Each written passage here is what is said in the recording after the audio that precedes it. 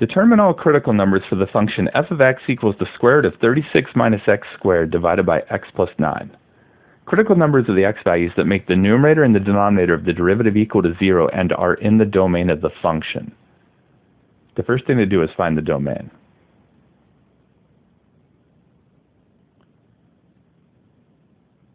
F of x equals the square root of 36 minus x squared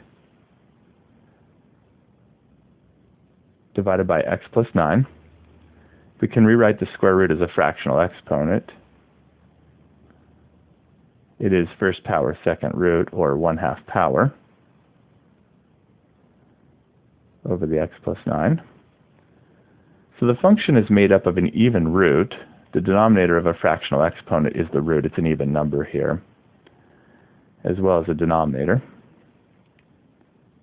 For the domain, whatever is inside of an even root has to stay greater than or equal to 0. So 36 minus x squared has to stay greater than or equal to 0. And whatever is in the denominator cannot equal 0, so x plus 9 cannot equal 0. Starting with the 36 minus x squared, let's subtract 36 from both sides. We can now divide by a -1. This will flip the inequality.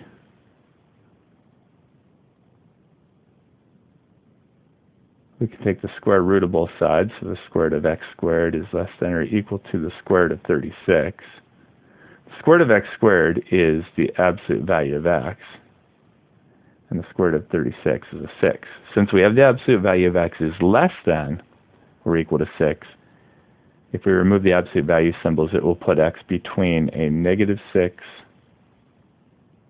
and a +6. Working with the x plus 9, we can subtract 9 from both sides, and x cannot equal a -9. The domain will need to follow all of these conditions. Since the x does not equal -9 is not in the interval of -6 to +6, that will not further affect the domain, and it can be ignored. So the domain will just be this interval from -6 to +6, including the -6 and +6. So the domain will start at -6. It includes its square bracket up to +6. It includes its square bracket. The next thing to do is find the derivative.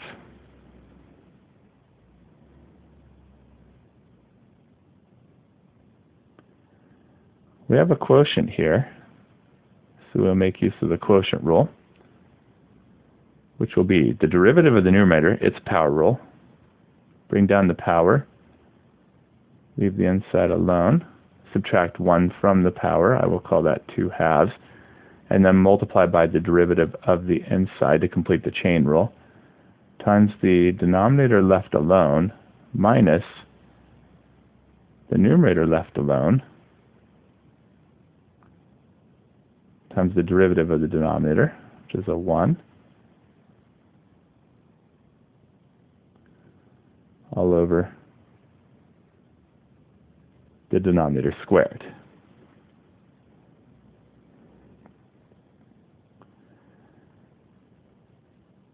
The first term in the numerator, we can collect the constants together. Everything's multiplied here, so it can multiply in any order. 1/2 times a -2 is a -2/2, which is a -1.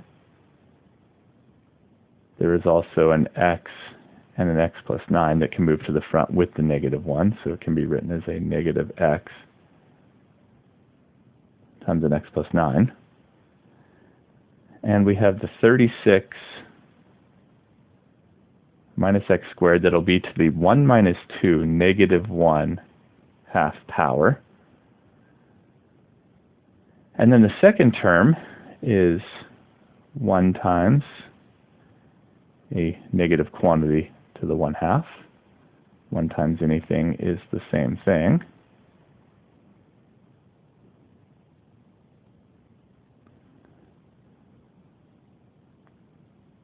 And all over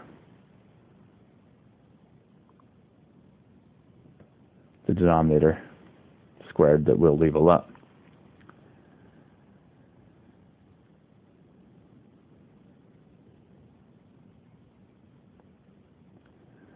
Since the first term in the numerator does have a negative power on one of its expressions, we will need to move that to the denominator of just the first term to make it a positive power. The negative x and the x plus 9 will stay in the numerator. And the 36 minus x squared will move to the denominator of just the first term to become a positive 1/2 power.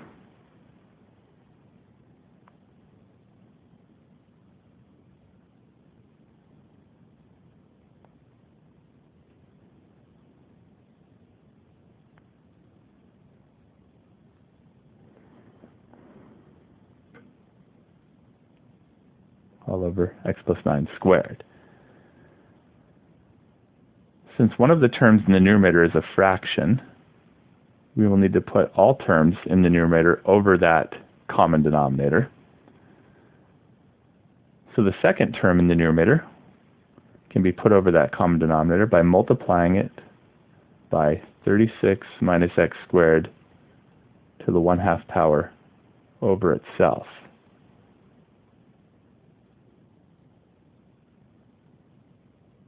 A form of 1, so it won't change the value just to look, but it will give it the common denominator.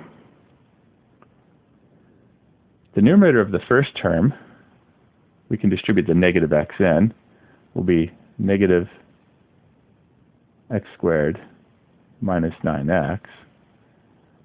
The numerator of the second term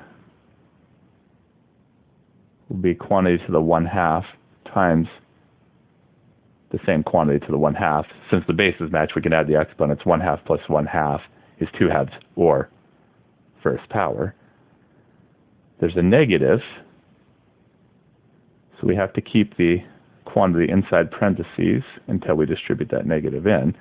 But it'll be 36 minus x squared to the first power. All of this will be over the common denominator of 36 minus x squared to the 1/2 power, and then the entire thing is over x plus 9 squared.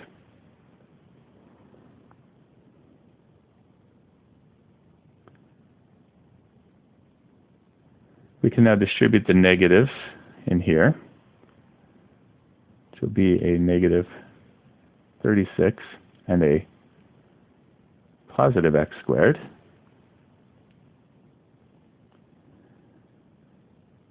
The 1/2 power can be rewritten as square root.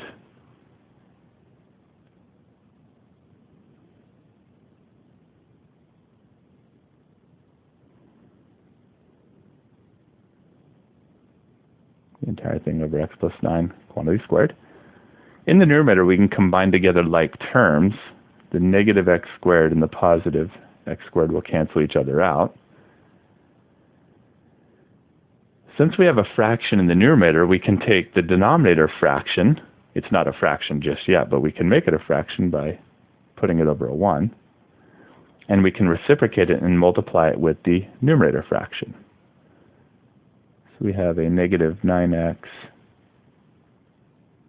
minus 36 over square root of 36 minus x squared. And we can multiply it with the reciprocal of the denominator fraction, so 1 over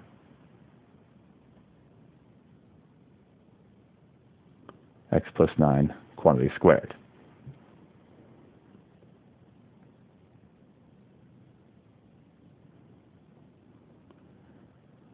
So f prime of x equals, multiplying the numerators, 1 times anything is the same thing, so that would be a negative 9x minus 36 over, multiplying the denominators, we have the root of 36 minus x squared, and we have the x plus 9 quantity squared. So we have the derivative written as a single fraction All the powers are positive, so we can now set the numerator equal to 0 and the denominator equal to 0 and solve for all x's. Starting with the numerator, negative 9x minus 36 equals 0. We can add 36 to both sides. So negative 9x equals 36, and now we can divide both sides by a negative 9. Positive over negative is negative. 36 divided by 9 is a 4. Now we can work with the denominator equal to 0.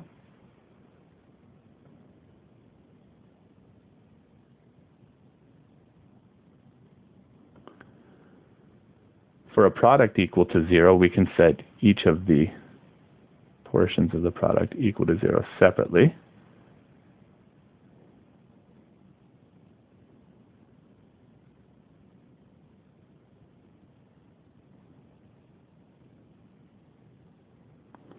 Starting with the square root, we can square both sides.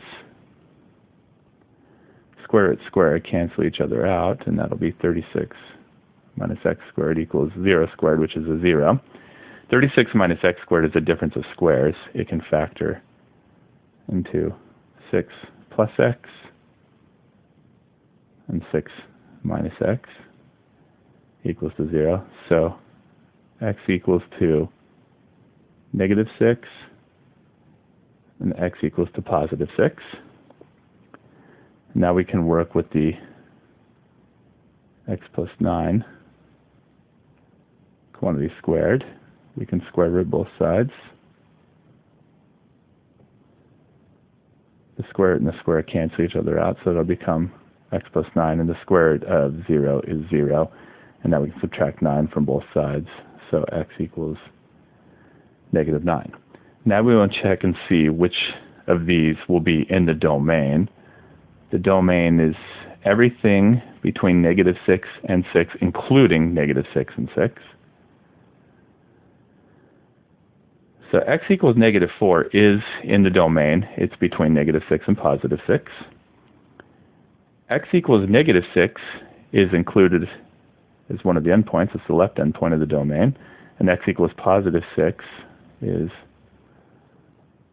the right endpoint. So both of those are included. X equals negative 9 is not in the domain because that is less than negative 6. So we can cross that one out. And there are the three critical numbers for the function: x equals negative 4, x equals negative 6, and x equals to positive 6.